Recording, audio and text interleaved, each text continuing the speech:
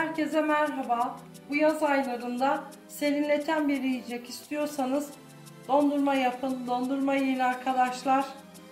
Size çok basit ve pratik bir dondurma tarifi veriyorum. Beni izlemeye devam edin. Bir çırpma kabımızın içerisine 2 tane tüm yumurtamızı alıyoruz. Yarım çay bardağı toz şeker ve bir paket vanilya ekliyoruz. Ve çırpalım.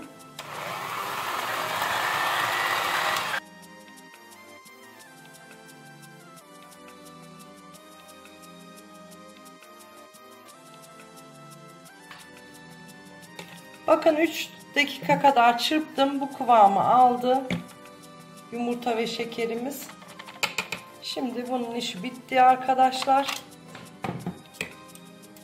Mikserimin ucunu temizleyeceğim. Şimdi de krem şantimizi sütle çırpacağız. Yumurta ve şekerimizi çırptık. Şimdi krem şanti çırpma zamanı. Bir paket krem şantimizi 1 su bardağı soğuk süt ile 200 mililitre çırpalım.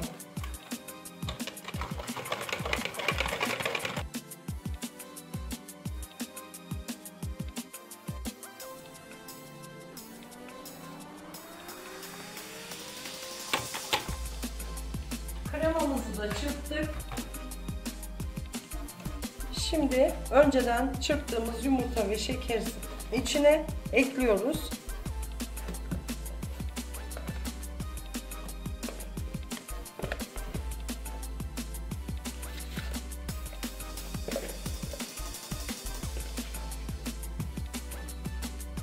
Krem şantiyi de ekledim. Şimdi tekrar 20 saniye falan çırpacağım.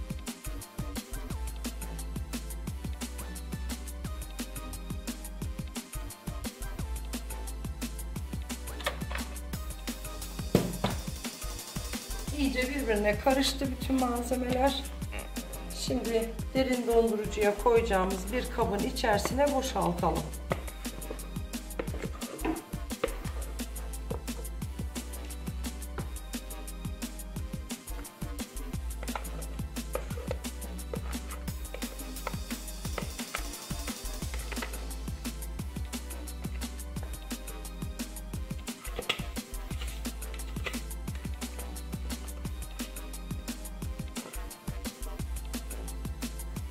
Şimdi de düzeltelim.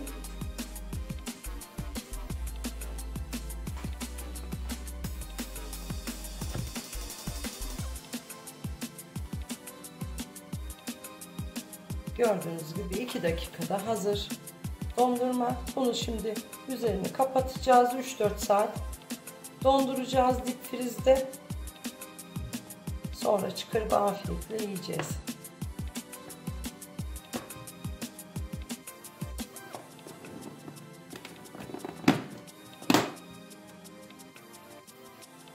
Dondurmamız servise hazır.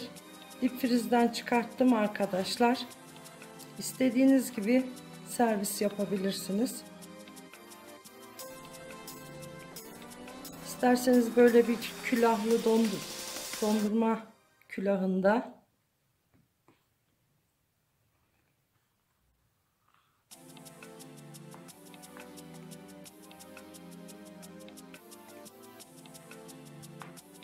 İsterseniz böyle bir külahta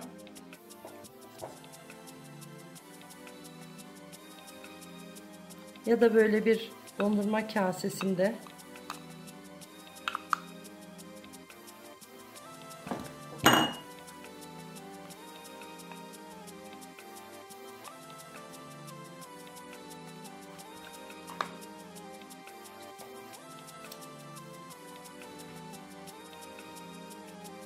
dilerseniz çikolata sosu, çilekli sos ya da karamelli sos ekleyebilirsiniz dondurmanızın üstüne. Şahane olacaktır. Tercih size kalmış. Nasıl isterseniz öyle süsleyin. Size afiyet olsun. Kanalıma abone olup beğenilerinizi unutmayın. Sağlıkla kalın, hoşça kalın.